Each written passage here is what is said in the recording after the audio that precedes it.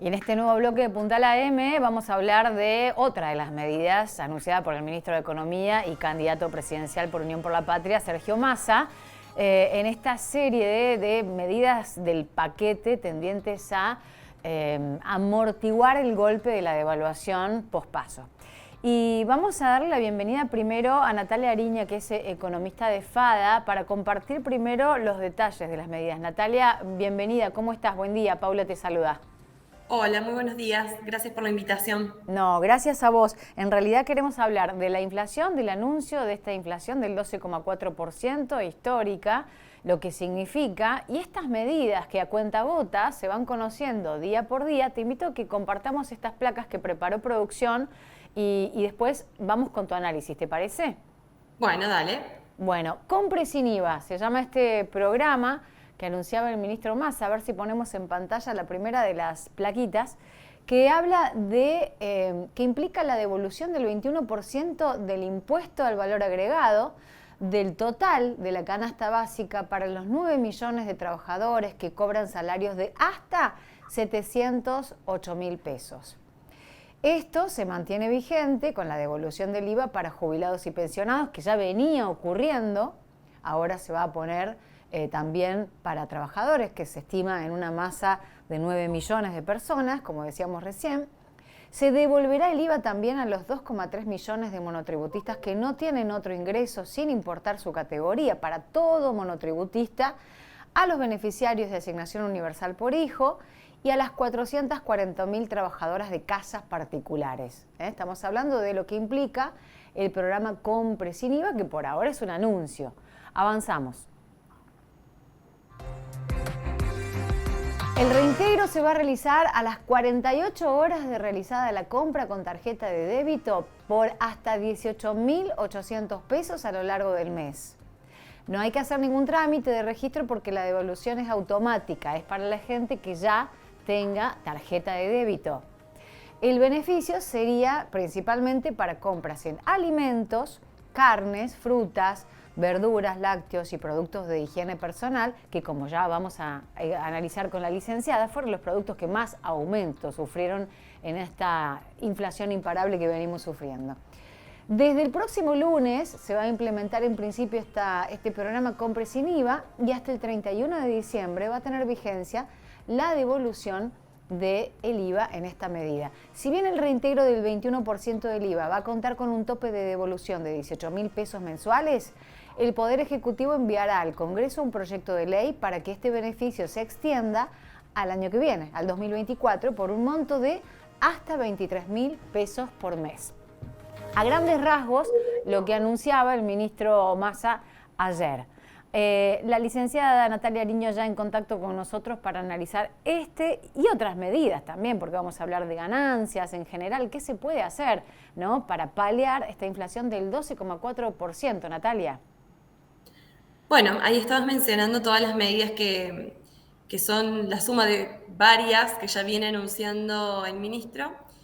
En primer lugar, bueno, la inflación que se dio a conocer ayer del 12,4%, pensemos que estamos hablando de la inflación de agosto, ¿no?, del mes pasado, que si bien se esperaba una inflación de 2 dígitos, yo creo que, bueno, impactó que fuera del 12,4% porque es un dato muy, muy impactante y muy nocivo también para la economía, para el día a día de todos, no solo para los que están produciendo, sino también para los que consumimos, vamos al súper, tenemos que hacer las compras, entre otras cosas. Y bueno, si uno lo mide interanualmente, la inflación llegó al 124%.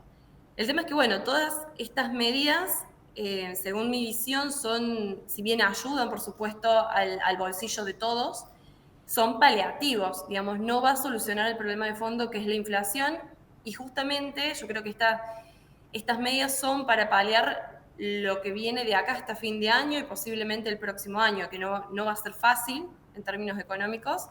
Vamos a seguir con una inflación elevada, lamentablemente, seguramente con los 2 dígitos. En el caso de septiembre, vamos a seguir con el arrastre de la inflación, porque pensemos que lo que vimos del 12% se midió en los últimos 15 días de agosto, porque fue cuando impactó y estuvo el shock de las PASO y también, bueno, la devaluación que se dio, que se generó, fue mitad de mes. Entonces vamos a seguir viendo las repercusiones en la inflación de este mes, que también se espera que sea por lo menos de un piso del 10%. Y probablemente en octubre también siga del 10% o incluso un poco más. O sea, todas de 2 dígitos, de acá hasta fin de año Y es lo más se prevé. probable, sí, por lo menos en septiembre seguro, octubre puede llegar a tener también algo de arrastre en inflación. El tema es que también tenemos las elecciones y que en este marco de inercia inflacionaria alta, incertidumbre, porque hay mucha incertidumbre sobre qué es lo que va a suceder, un dólar que quedó fijo por 60 días hasta octubre, bueno, genera o da la pauta de que va a haber un cambio de expectativa y que se espera probablemente algún impacto luego de las elecciones ya de octubre. Y pensemos que nos queda noviembre también. Si eventualmente nos vamos a una segunda vuelta, bueno, probablemente tenga repercusiones también las elecciones de noviembre. Todo esto porque estamos en un ambiente de incertidumbre, que no se sabe bien qué es lo que va a suceder. Entonces, eso se termina trasladando a las expectativas de la economía y de los agentes económicos también. Sin duda. Así que bueno, yo calculo que este año por lo Sí. menos la inflación va a rondar o se va a acercar al 170%.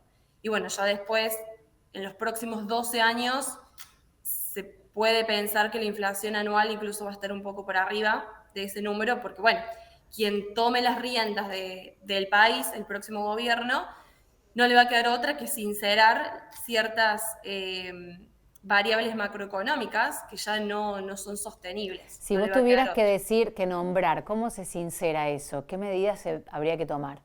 Y bueno, por ejemplo, se está hablando mucho de achicar o reducir el déficit fiscal, que de hecho con todas las medidas que vos fuiste mencionando recién, más todas las que se fueron enunciando desde fines de agosto hasta hoy, eso profundiza el déficit fiscal porque implica más gasto para dar estos paliativos a la población, ¿no? Entonces, en primer lugar eso, después se va a tener que acomodar los precios relativos, por ejemplo, de la economía, como por ejemplo lo que tiene que ver con los subsidios a la energía, a las tarifas, después el tema del precio del dólar, porque imaginemos que con estos niveles de inflación, ¿qué sucede? Si el tipo de cambio, es decir, el dólar, permanece constante, ¿sí? El dólar oficial estamos hablando, permanece constante y la inflación sigue aumentando sin parar, sucede que empieza a generarse atraso cambiario. Entonces, lo que sucede es que eso tiene que ir acompañando el ritmo de inflación con el tipo de cambio, si no, bueno, se suceden otros problemas también en la economía.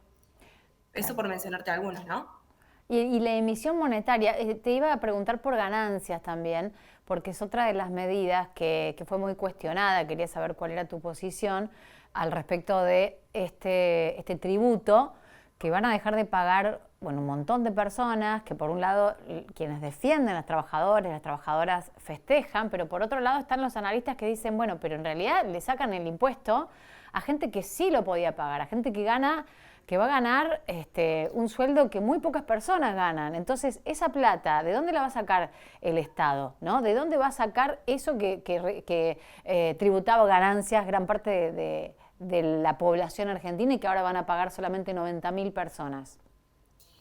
Bueno, eso tiene muchísimos puntos para analizar. En primer lugar, me parece bien que haya una actualización del mínimo imponible, de imponible porque, ¿qué sucede? Con esta inflación, las escalas te quedan desactualizadas. Entonces, está bien que se actualice ese monto a partir de cuándo se empieza a pagar el impuesto a las ganancias, porque también sucede con las escalas de los monotributistas, autónomos, donde hay que actualizarlo, justamente por la inflación que hay. Entonces, por ese lado está bien. El tema es que la actualización se les fue de la mano, me parece, llegando hasta el nivel que marcaron, de 1.700.000 pesos.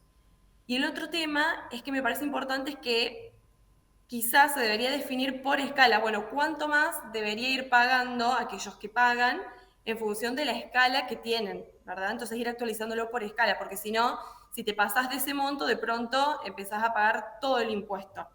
No sé si ahí Claro, fui clara. que sea Eso por... proporcional. Claro, claro. Después, el segundo punto es que los trabajadores que no paguen ese impuesto, alguien va a tener que cubrir ese ingreso que deja justamente de recaudar el Estado. Y bueno, y la forma en que se va a tener que hacer, porque eso genera más gasto para el país, va a tener que ser a través de la emisión monetaria, sino de dónde va a salir el dinero. Y esa emisión monetaria, con la inercia inflacionaria que tenemos, lamentablemente va a seguir repercutiendo en la inflación, va a seguir echando más leña al fuego. Entonces, por un lado, se alivia a muchísimos trabajadores el hecho de que no se paguen los impuestos, como el impuesto a las ganancias, pero termina afectando a toda la población a través del impuesto inflacionario. Incluso termina afectando a quienes menos trabajan en tienen. el sector que no está registrado, que no tiene paritarias, por ejemplo, y que probablemente nunca vaya a pagar ese impuesto. Claro. Natalia, se hacen así como muchas calificaciones en torno a estas medidas como impuestos progresivos o regresivos. ¿De qué estamos hablando?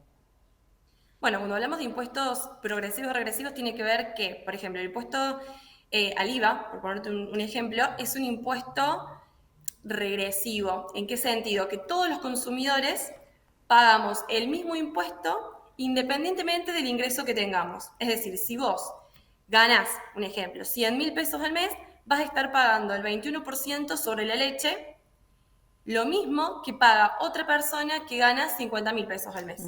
Eso es regresivo, que no se ajusta al nivel del ingreso que vos tenés.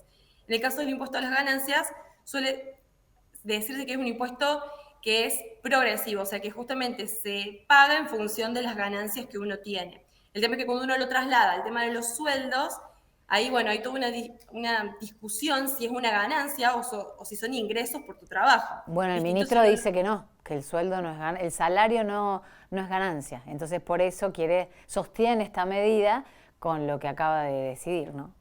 claro, si uno lo traslada al análisis de las empresas, por ejemplo, bueno, ahí sí son ganancias, entonces está bien que cada empresa pague en función de las ganancias que obtiene. Bueno, en el tema de los ingresos de las personas por su trabajo, hay bastante discusión porque hay algunos que plantean lo que decís vos, que dice el ministro, y otros que plantean lo opuesto.